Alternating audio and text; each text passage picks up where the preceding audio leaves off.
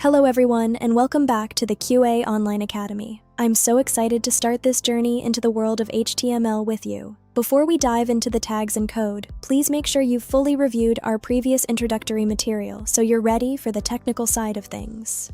Today, we're going to explore what HTML actually is and how it forms the very skeleton of everything you see on the internet. Let's get started. So, what exactly is HTML? It stands for Hypertext Markup Language. It's the standard markup language used to create every web page you visit.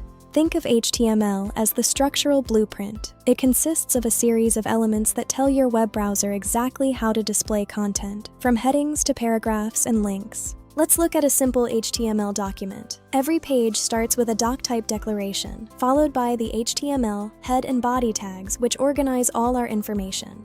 Inside the body, we can define a large heading using the H1 element. It's as simple as typing "my first heading" between the opening and closing tags. Right below that, we add a paragraph using the P tag. Notice how every tag we open, we must also close to keep our structure clean. An HTML element is essentially everything from the start tag to the end tag. It's the tag name, followed by your content, and finally the closing tag with a /. The browser's job, whether you use Chrome, Edge, or Firefox, is to read this HTML code and display it correctly without actually showing the tags themselves. HTML has come a long way since Tim Berners-Lee invented the web in 1989. Today, we follow the latest HTML5 standard for all our professional projects. Now it's your turn. I want you to open PyCharm on your computer and create a simple HTML page. Include one H1 heading and one paragraph. I'll give you 10 seconds to try it out right now.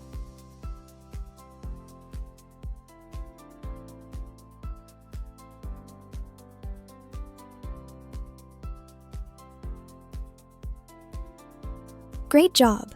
Your code should look like this: a clean body section with your heading and paragraph tags correctly nested. That's all for our introduction. Please go back and practice these basics, and don't forget to join us for our next chapter on HTML editors.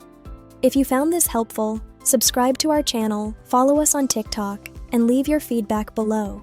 Visit our website for more resources. I'll see you in the next lesson. Happy coding!